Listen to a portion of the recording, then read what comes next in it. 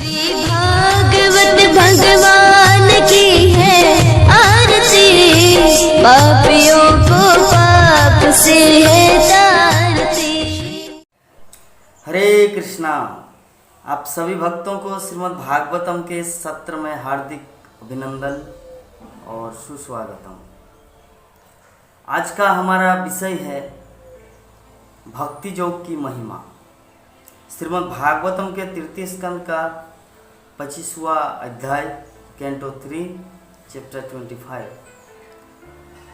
तो किस प्रकार कर्दम मुनि संन्यास लेने के लिए प्रिपरेशन लिया और उन्होंने अपना सब कुछ वक्तव्य बता दिए।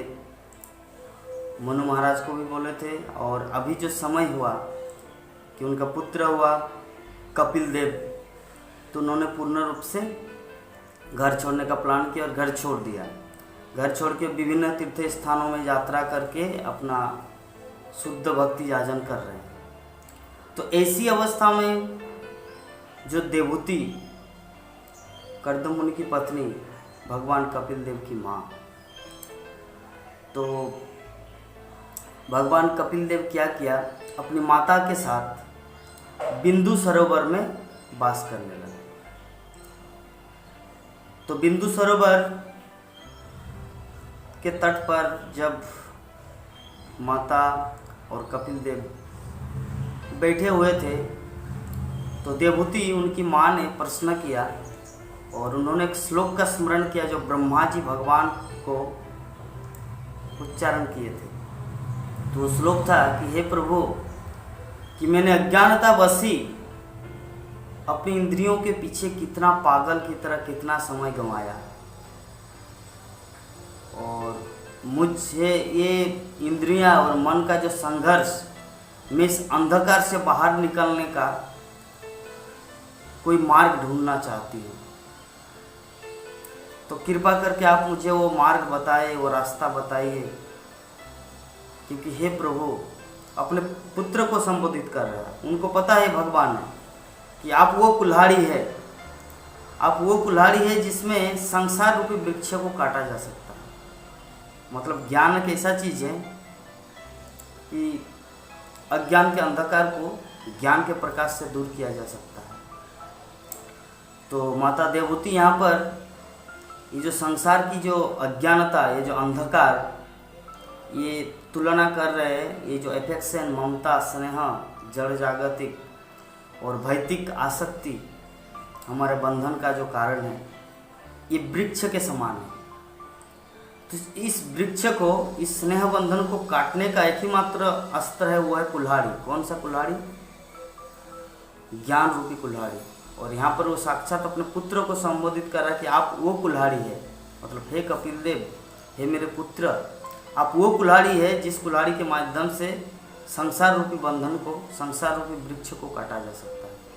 संसार रूपी वृक्ष का अर्थ होता है हमारा मन, इंद्रिय, शरीर। सभी इस संसार में इतना रम चुका है, इतना रम चुका है कि यहाँ से ऊपर कुछ है उसका कुछ अंदाजा ही नहीं होता। एक बार की बात है, बृहस्पति के श्राप से इंद्र को सुअर बनने का अभिशाप मिला था। को इंद्र, स्वर्ग के राजा इंद्र सुअर बन गया है और यहाँ पर आके वो मल खा रहे थे और अपने पत्नी, बच्चे सबके साथ कीचड़ में लेटे रहते थे। तो बहुत दिन हो गया, अनेकों दिन। तो ब्रह्मा ने सोचा कि स्वर्ग का जो सिंहासन है इंद्र का, वो अभी खाली पड़ा है और कब तक वो श्राप से मुक्त नहीं होगा, तो ये तो बहुत डिफिकल्ट बात है। पहले तो उनको लाना पड़ेगा। इंद्र तो भूल चुका है, वो मौज मस्ती में है, मल खा रहे हैं, स्टूल खा रहे हैं, लेटरिन खा रहे हैं और कीचड़ में सो के सोचते कि मखमल के बिस्तर में सोए। तो ऐसी भावना लेकर ब्रह्मा ने सोचा कि कुछ तो करना है। तो ब्रह्मा ब्रह्मलोक से इस पृथ्वी लोक में आया और जहाँ पे इंद्र एक सुअर का रूप धारण करके अपने पत्नी बच्चियों के साथ मौज मस्ती कर रहे थे। तो ब्रह्मा ने आके बोला, ओहे इंद्र, यहाँ पे बहुत दिन एंजॉय हो गया, चलिए अभी आपका वास्तविक जो घर है, रियल होम, वहाँ पर जाना है, आपका बहुत सारे ड्यूटी है, बहुत सारा कार्य है, वहाँ पे जाके आपको कुछ करना होगा, वहाँ वहीं पर आपका धर्म है, सब कुछ करना है। तो सुअर, इंद्र जो सुअर बन चुका है, इंद्र सुअर बोल रहा है कहाँ जाऊँ मैं, मेरे बच्चों की देखभाल कौन करेंगे, ये मेरी पत्नी, ये मेरे बच्चे, मतलब सुअर उनकी पत्नी बन गई है, क्योंकि वो सुअर तो पत्नी भी सुअर होगा ना, मनुष्य थोड़ी होगा। तो वो सुअर, उनकी पत्नी, उनके बच्चे, 4-5 बच्चे हैं, बहुत सा सुअर का झुंड है, ठीक है। और उसके बाद संभोग करने की सुविधा है। तो इंद्र ने बोला, मतलब सुअर ने बोला कि नहीं नहीं, मेरा अभी यहाँ पे बहुत सारा रिस्पॉन्सिबिलिटी है, वहाँ पर कितना सारा मल है, मतलब वहाँ पे कितना खाने का वस्तु है, सुबह सुबह हम लोग दौड़ के चले जाते हैं जैसे कोई। तो ये सब वार्तालाप इंद्र ब्रह्मा के साथ कर रहे थे। तो ब्रह्मा हाय रे गोविंद इस तरह करके माथा में हाथ के बोले कि इसको कैसे समझाऊं। तो बोले कि डोंट फॉरगेट, आप ये मत भूलो कि आप एक सुअर है, बल्कि आप साक्षात इंद्र हो, स्वर्ग के राजा। आप बृहस्पति के श्राप के कारण आप अपने आप को भूल चुके हैं। तो सुअर बोल रहा है अरे नहीं, ये हो सकता है क्या, हम कीचड़ में सोते हैं, इतना सुंदर, जैसे कितना सुंदर बिस्तर, हम ये जगह छोड़कर नहीं जा सकते, हम यहीं पर है, यहीं पर ठीक है। मैं नहीं जाना चाहता स्वर्ग में, क्या है वहाँ पे रखा हुआ, यहाँ का सुख समृद्धि, मेरे बच्चे, मेरा फैमिली, संयुक्त परिवार है, 8-10 फैमिली मेम्बर है, ये जगह छोड़कर हम कैसे जाएंगे वहाँ। तो यही बात श्रीमद् भागवतम के माध्यम से माता देवहूति भगवान कपिल देव को बोली, आप वो कुल्हाड़ी जिसमें संसार रूपी वृक्ष को काटा जा सकता है। संसार रूपी वृक्ष चाहिए, सुअर की जिंदगी, मनुष्य की जिंदगी, कुत्ते की जिंदगी, ये सब संसार रूपी वृक्ष हम सब भूल चुके हैं। हमारा जो ओरिजिनल जो रियलिटी है, भगवान का दास या भगवान के सेवक या कृष्ण का जैसा ही शरीर, सूक्ष्म सच्चिदानंद, वो चीज़ भूल चुके हैं। यहाँ पर जो शरीर मिला है उसी के प्रति आसक्त है और भटक रहे, मल खा रहे। मतलब क्या, मल खा रहे का मतलब जो भगवान का प्रसादम नहीं खाता वो मल खाने के बराबर है, क्योंकि वो भोग नहीं लगता ना, वो चीज़ का कोई वैल्यू नहीं है। तो जो भगवान का प्रसाद पाता है वो ऑलरेडी भगवत धाम में है। भगवान श्री कृष्ण का जो भक्त है, चाहे वो भगवत धाम में रहे या नरक में रहे, कोई मायने नहीं रखता, कोई फर्क नहीं पड़ता। वो हरि नाम जहाँ भी करता है, भागवतम पाठ करता है, हरे कृष्ण महामंत्र जप करता है, भगवान को भोग लगाकर प्रसादम पाता है, तो वो भगवत धाम में ही है, वो बाहर नहीं है। क्योंकि भगवान की भक्ति भौतिक चीज़ नहीं है, वो आध्यात्मिक है, पूर्ण रूप से स्पिरिचुअल। तो आध्यात्मिक चीज़ कहाँ पर होता है, जहाँ पर आध्यात्मिक वस्तु है।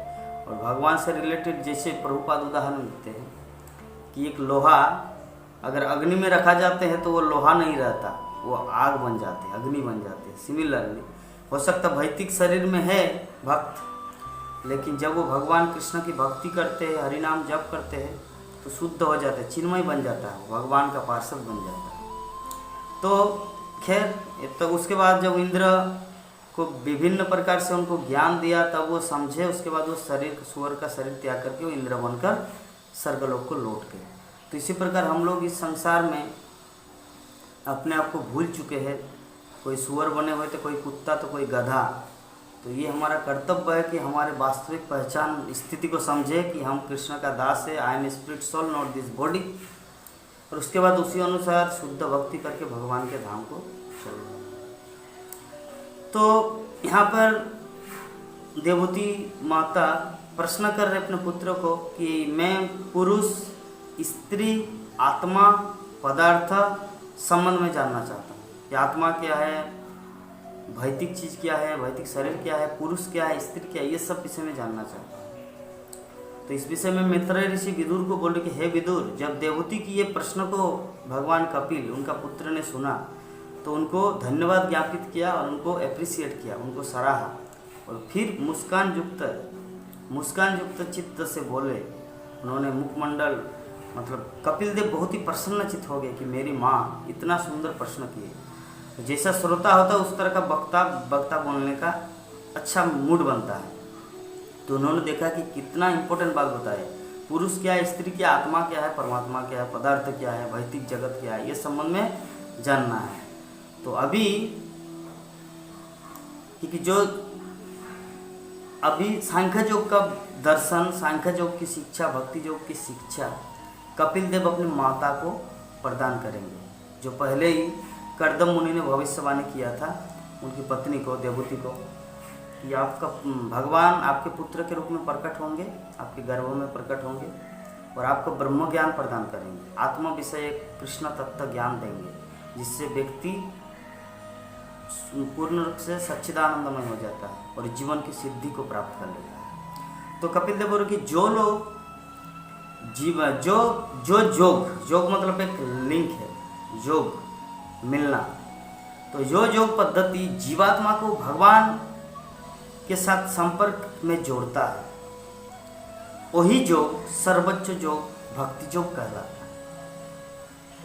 यहाँ पर पहला लेक्चर शुरू किए देवहूति नंदन कपिल कि विभिन्न प्रकार का योग पद्धति, कर्म योग, सांख्य योग, ज्ञान योग, भक्ति योग। तो यहाँ पे सर्वोच्च योग पद्धति क्या है, जो जीवात्मा को मतलब व्यक्ति को भगवान कृष्ण के साथ भक्ति के साथ जोड़ता है, प्रेम के साथ जोड़ता है, वो है सर्वोच्च योग। अतः हे माता, मैं तुम्हें वो सुप्राचीन योग पद्धति बताऊंगा जिससे मैंने सदियों युग पहले मैंने विभिन्न ऋषियों मुनियों को उस योग के बारे में, भक्ति योग के बारे में बताया था। मैं वही सांख्य दर्शन की शिक्षा मैं तुम्हें बताऊंगा जो उपयोगी और व्यवहारिक है, प्रैक्टिकल एंड यूजफुल। ऐसा नहीं कि ऐसा कुछ बता दिया जो हमारे लिए असंभव है, क्योंकि देवहूति माता पहले ही अपने आप को स्वीकार की मैं स्त्री हूँ और मेरे लिए कौन सी सरल सी पंथा है जिसको मैं सुंदर ढंग से भक्ति कर पाऊँ, मुझे उस तरह का मार्ग बताइए। ऐसा नहीं कि कुछ इस तरह का बोल दिए हिमालय में जाना है, तपस्या करना है, 1 लाख वर्ष तक कुछ खाना नहीं पीना नहीं है, that is not possible for me, ये मेरे द्वारा संभव नहीं है। तो आप मुझे उस तरह का योग पद्धति बताइए जिसके माध्यम से हम समझ पाए या अपने प्रैक्टिकल में उतार पाए अपने जीवन में। तो कपिल देव वो बताया कि मैं आपको वही प्राचीन योग पद्धति बताऊंगा जो पूर्ण रूप से व्यवहारिक है, वो उपयोगी है, यूजफुल है और प्रैक्टिकल किया जा सकता है। तो पहले लेक्चर में शुरू किए कि जीवात्मा जो है, जीवात्मा को 3 गुण जो है, सत्वगुण, रजोगुण और तमोगुण, इस संसार में बांध देते हैं व्यक्ति को, जीवात्मा को। और जब वो 3 गुण में बंध जाते हैं तो अपने आप को कभी मालिक, तो कभी नौकर, तो कभी चाकर, तो कभी इस तरह करके वो 3 गुण के द्वारा रस्सी में बंध जाता है। तो सांसारिक आसक्ति जो है, ये भौतिक आसक्ति, मैं इतना बड़ा पोस्ट में हूँ, मैं इतना बड़ा बिल्डर हूँ, मैं इतना बड़ा धनी हूँ, मैं एक बड़ा बिजनेसमैन हूँ, ये जो सांसारिक आसक्ति, पद, लाभ, यश, प्रतिष्ठा, ये क्या है, आत्मा का बंधन है। क्योंकि आत्मा जो हमारे हृदय के अंदर जो छुपा हुआ है, ये शरीर की पहचान के कारण आत्मा अपनी पहचान खो देते हैं। इसीलिए भक्ति जो वो पद्धति जिसके माध्यम से आत्मा को जगाया जा सकता है। तो यहाँ पर कपिल देव सब कुछ एक एक पॉइंट आउट कर रहे कि सांसारिक आसक्ति जो है, इस संसार के प्रति हमारा अटैचमेंट, यही हमारे आत्मा का बंधन है। तो इस सांसारिक आसक्ति को दूर करने का सबसे आसान तरीका क्या है कि संसार के प्रति अनासक्ति और कृष्ण के प्रति आसक्ति, भगवान के प्रति आसक्ति ही सांसारिक आसक्ति को दूर किया जा सकता है। फिर उन्होंने वर्णन किया कि एक साधु जो भक्ति पथ में आ जाता है, उनका 4 क्वालिटी एटलीस्ट होना चाहिए और इस तरह के व्यक्ति के साथ संग करना चाहिए। 4 क्वालिटी क्या है, तितिक्षवा, कारुणिका, सुहृद, साधु भूषण। यहाँ पर वर्णन किया कि पहला सहनशील, तितिक्षवा, फिर दयालु, कारुणिका, मैत्री मतलब मैत्री भाव, सबके साथ दोस्ती करता है, और अजात शत्रु, जिसका कोई शत्रु नहीं है। उनका शत्रु वो व्यक्ति, वो भक्त दूसरों के लिए शत्रु हो सकता है, लेकिन उनका कोई शत्रु नहीं है। कहने का मतलब ऐसे में तो भगवान जो है सर्वशक्तिमान, सर्वज्ञानवान, सर्व गुणवान सब कुछ है, लेकिन फिर भी असुर लोग कृष्ण को दुश्मन मानते हैं। तो क्या कृष्ण क्या दुश्मन है? नहीं। भगवान श्री कृष्ण समहं सर्वभूतेषु न मे द्वेष्यस्ति न प्रियः, मैं सबके प्रति समभाव रखता हूँ, न मैं किसी से द्वेष करता हूँ, न कोई मेरा प्रिय है। न मैं द्वेष्यस्ति न मैं प्रिय, किंतु जो मेरी भक्ति करते हैं उसको मैं अपना मानता हूँ। जो मैं भक्ति पर्यच्छन्ति, मतलब तो इसी तरह यहाँ पर साधु का भी गुण, जैसे भगवान का गुण है तो साधु का भी गुण वर्णन किया गया। 4 क्वालिटी है। पहला सहनशील, वो सहन करेगा। दूसरा है दयालु, दूसरों के प्रति करुणा करेंगे।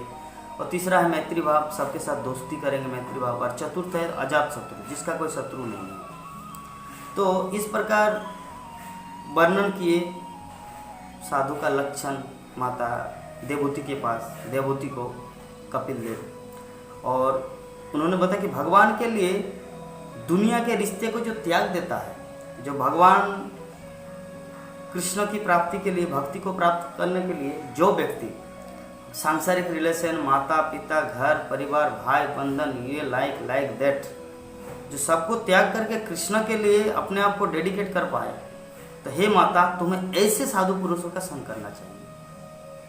क्योंकि वो भौतिक जो सांसारिक रिलेशन है, ये बंधन है आत्मा का और भक्ति का।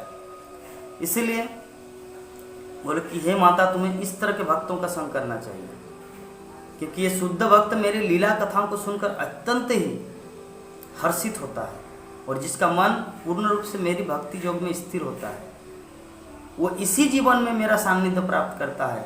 और यदि कोई मुझको छोड़कर अन्य किसी की शरण लेता है तो वो इस जन्म मृत्यु के भयावह चक्र से छूट नहीं पाता, और मेरी शरण में आए जीव सीधा भगवत धाम को प्रवेश करता है, कोई संदेह नहीं। तो यहाँ पर अपनी माँ को पूरा पॉइंट आउट कर दिए पूर्ण रूप से, किसका शरण ग्रहण करना चाहिए, किस व्यक्ति का संग करना चाहिए और किसका संग को त्याग करना चाहिए। और जो भगवान मेरी शरण ग्रहण करते हैं वो भगवत धाम का रास्ता उनके लिए खुला है, उसका गेट खोल दिया जाता है। और जो मेरी शरण को छोड़कर इसी दूसरे पथ को अवलंबन करता है, वो इस जन्म मृत्यु के संसार में भटकता रहता है। आ ब्रह्म भुवनालोका पुनरावर्ती न अर्जुन, इस संसार में 14 भुवन में आते जाते रहते हैं,